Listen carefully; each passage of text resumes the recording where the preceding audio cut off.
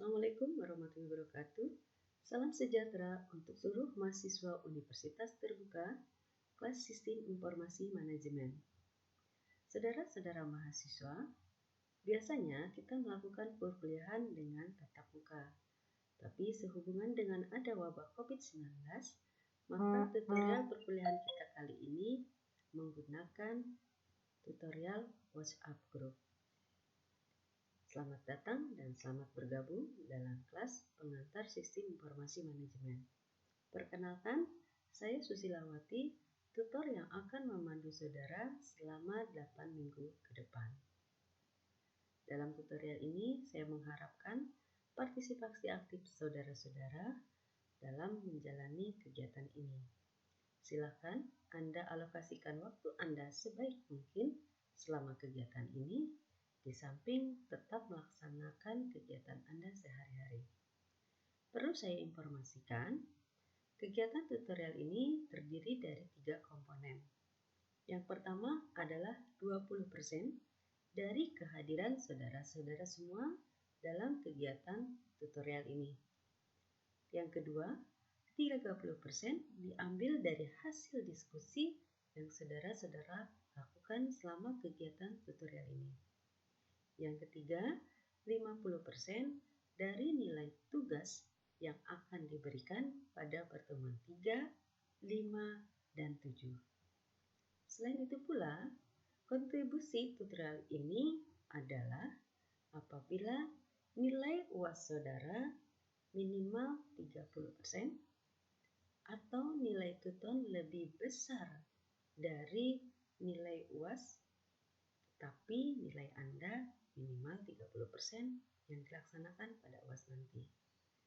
Rekan-rekan mahasiswa Universitas Terbuka, Sistem Informasi Manajemen ini kita akan membahas mengenai pengertian, unsur-unsur, komunikasi data, dan dukungan Sistem Informasi Manajemen terhadap pengambilan keputusan.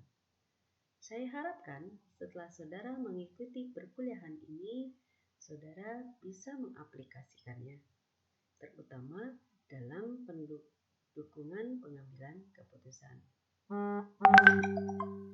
Untuk lebih jelasnya, mari kita lihat materi pembahasan untuk pertemuan minggu pertama ini. Konsep dasar sistem dan informasi. Sistem informasi manajemen ini kita bisa lihat melalui pendekatan pemahaman sistem. Yang pertama, pengertian sistem melalui pendekatan prosedural. Sistem dapat diartikan sebagai kumpulan dari prosedur-prosedur yang mempunyai tujuan tertentu. Contohnya, sistem akuntansi didefinisikan sebagai kumpulan dari prosedur penerimaan kas, pengeluaran kas, penjualan, pembelian, dan buku besar. Ada juga pengertian sistem melalui pendekatan komponen. Di sini, sistem diartikan sebagai kumpulan dari komponen yang saling berhubungan satu dengan yang lainnya, membentuk satu kesatuan untuk mencapai tujuan tertentu. Contohnya, komputer yang didefinisikan sebagai kumpulan dari perangkat keras dan perangkat lunak. Dengan demikian, tiap sistem memiliki 2 bagian. Yang pertama ada struktur dan yang kedua adalah proses. Apa itu struktur? Struktur adalah komponen dari sistem tersebut, sementara proses adalah prosedur untuk menjalankan sistem. Sementara definisi sistem menurut para ahli, menurut Moschke and Sinkin, sistem adalah suatu kesatuan yang terdiri dari interaksi subsistem yang berusaha untuk mencapai tujuan yang sama. Sementara itu, kalau menurut Wu, suatu sistem beroperasi dan berinteraksi dengan lingkungannya untuk mencapai sasaran tertentu. Suatu sistem menunjukkan tingkah laku melalui interaksi di antara komponen-komponen di dalam sistem dan di antara lingkungannya. Lain lagi pendapat menurut Hicks Junior dan Leininger. Mereka mengatakan suatu sistem adalah suatu kumpulan komponen yang berinteraksi membentuk suatu kesatuan dan keutuhan yang kompleks di dalam tingkat tertentu untuk mengejar tujuan yang umum. Sementara menurut Blismer, ini adalah pengertian sistem yang begitu terkenal. Blismer mengatakan suatu sistem adalah suatu kumpulan dari bagian-bagian yang ditata berinteraksi bersama-sama untuk melakukan suatu fungsi. Nah, itulah pengertian sistem menurut para ahli. Sementara itu, karakteristik sistem atau sifat-sifat sistem ini terdiri dari yang pertama adalah sistem mempunyai komponen-komponen. Nah, inilah komponen-komponen sistem. Terus yang kedua, sistem itu memiliki batasan atau disebut dengan boundary. Inilah yang dikatakan batasan sistem. Ini batasan sistem. Yang ketiga, di sistem ini ada yang namanya lingkungan luar sistem atau environment. Ini yang termasuk lingkungan luar sistem. Selain itu, di sistem ini ada penghubung atau interface. Inilah yang dikatakan interface. Misal ada dari sistem ada subsistem. Interface-nya. Jadi penghubung antara subsistem. Yang kelima di sini ada masukan. Ini penting karena sistem akan bisa menghasilkan jika ada masukan atau input. Yang keenam di sini ada keluaran atau output. Yang ketujuh ada pengolah atau proses. Dan yang terakhir sasaran atau objek ataupun tujuan. Inilah gambaran sistem jika dilihat dari strukturnya. Adapun klasifikasi sistem ini dilihat dari beberapa sudut pandang. Yang pertama disebut sistem abstrak dan sistem fisik. Yang kedua, sistem alamiah atau natural system dan sistem buatan manusia atau human-made system. Yang ketiga, sistem tertentu atau deterministic system dan sistem tak tertentu atau probabilistic system. Yang keempat di sini ada sistem tertutup, sistem dan sistem terbuka atau open system. Pengendalian sistem. Pengendalian sistem ini ada 3. Yang pertama adalah sistem pengendalian umpan balik, di mana di sini proses pengukuran keluaran dari sistem yang dibandingkan dengan suatu standar tertentu. Bila terjadi perbedaan atau penyimpangan akan dikoreksi untuk memperbaiki masukan sistem selanjutnya. Pengendalian sistem yang kedua adalah sistem pengendalian umpan maju. Sering dikenal dengan istilah umpan balik positif atau positive feedback. Ini yang merupakan perkembangan dari sistem umpan balik, di mana pengendalian bukan lagi dilakukan setelah keluaran, namun saat proses sedang berlangsung, sehingga dapat menjamin keluaran yang baik. Pengendalian sistem yang ketiga adalah sistem pengendalian pencegahan, yaitu pengendalian dilakukan sebelum proses dilakukan dengan mencegah hal-hal yang merugikan untuk masuk ke dalam sistem. Konsep dasar informasi.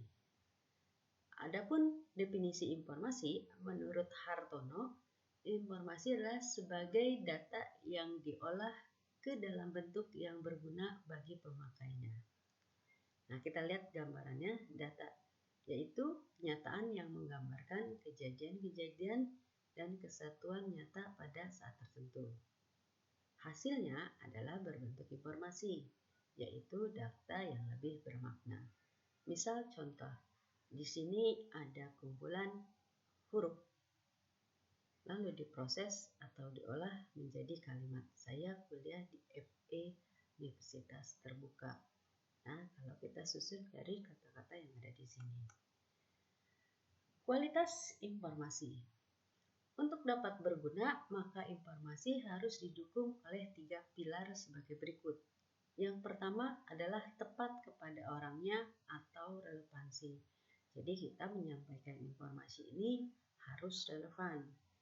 Relevannya yaitu sesuai dengan orang yang membutuhkan. Yang kedua, informasi ini tepat waktu atau timeless. Maksudnya jangan sampai informasi sudah terlampau lama baru kita informasikan. Jadi informasi ini tepat waktu. Yang ketiga adalah tepat nilai atau akurat. Maksudnya informasi ini adalah berguna. Jadi jangan sampai hanya informasi seputar yang tidak bermanfaat. Itulah 3 pilar yang harus mendukung dari informasi ini biar dikatakan informasi dapat berguna. Hubungan antara sistem-sistem informasi. Kita lihat per era. Era yang pertama adalah era akuntansi dan operasional. Di era ini, komputer hanya digunakan sebagai alat untuk menghitung, yaitu terjadi pada tahun 1964 dengan nama TPS, Transaksi Proses System. Yang kedua, era informasi. Kalau era informasi ini, para era ini manajer-manajer fungsi seperti manajer pemasaran, akuntansi, keuangan, produksi ataupun SDM sudah mulai memanfaatkan sistem teknologi informasi untuk mendukung pengambilan keputusan mereka. Contoh SIFM, SIAKU, ini sistem akuntansi, sistem keuangan, sistem produksi, dan sistem SDM. Jadi ada SIPEM untuk pemasaran, SIAKU untuk akuntansi, SIAKU untuk keuangan, SIPRO untuk produksi, SDM adalah sistem informasi. Namanya adalah PCS. Yang ketiga adalah era jejaringan. Era jejaringan ini, pada era ini informasi tersedia sudah bersifat online. Di sini contohnya ada decision system, ada IS, ada OAS. Terus yang keempat di sini era jejaringan global. Era jejaringan global ini terjadi di era masa internet, di mana informasi sudah bersifat global. Di dunia mengenal internet yaitu kurang lebih pada tahun 1969. Sementara kalau di kita sebenarnya masuknya itu tahun 1990. Tetapi baru dikenal oleh masyarakat yaitu sekitar tahun 2000-an. Di sini informasinya itu berbentuk ACE dan ANN.